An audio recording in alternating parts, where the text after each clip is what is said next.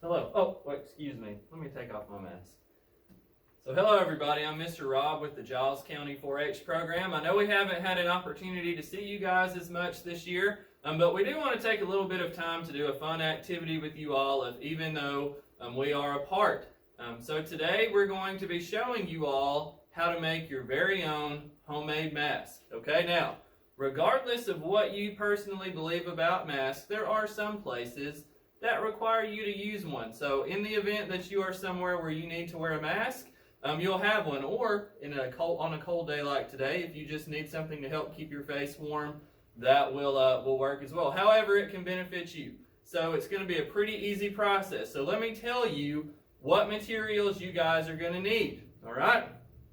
First of all, you're going to need a bandana. Whether it's a cool 4-H one like this or another one that you have at home, it will do the trick. So we need a bandana. We need 2 hair ties or ponytail holders. And then you need a pair of scissors. All right, make sure that you're being careful with the scissors, and if they're sharp enough, maybe make sure a parent or guardian is around to help you with that. So I'll give you guys a moment to go get your items, and then we'll begin.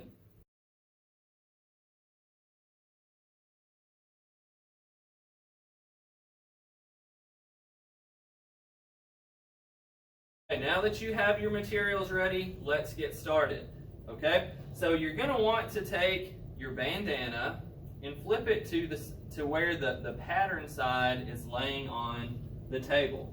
Okay, since this is a rather large bandana, I'm going to recommend that you cut it in half. Okay, so just eyeball it to the middle and cut your bandana in half. I've already done that step, so I have my 2 halves ready, and I'm going to use one of those. All right. So again, my pattern side is going to be down. All right. Next step, on the side closest to you, I want you to fold it 1/3 of the way over, and then run your fingers across it to make a nice crease. All right. Then I want you to take the side furthest away from you and fold it back over the whole thing to the other side, and then make a crease on it as well. Okay, we're getting really close here. So now, next step, I want you to take one of your ponytail holders or hair ties. You're going to go to the left-hand side, move in about 6 inches, and then you're going to put the ponytail holder over the left end of your bandana. Okay, kind of let it fold over. Then you're going to come to the right hand side and do the same thing. Measure in about 6 inches, take your second ponytail holder and put it over the end of your bandana. Okay, and do likewise. Okay, one final step before your mask is ready to go. Take the left hand side of your mask and just kind of open it to where it's almost like a hole. And then you're going to take the right hand side of your bandana and then tuck it in. Now this is not going to be a perfect tuck. This is just helping it stay together to where you can mash it down a little bit to make it fit flatter across your face. Okay? So I would encourage you to hold and stretch the hair ties or ponytail holders out just a little bit so they hold onto your ears a little bit better. Okay, so when we've done all of that, your mask should look like what we have here. Okay, when you've done all of that, the last thing you need to do is try it on.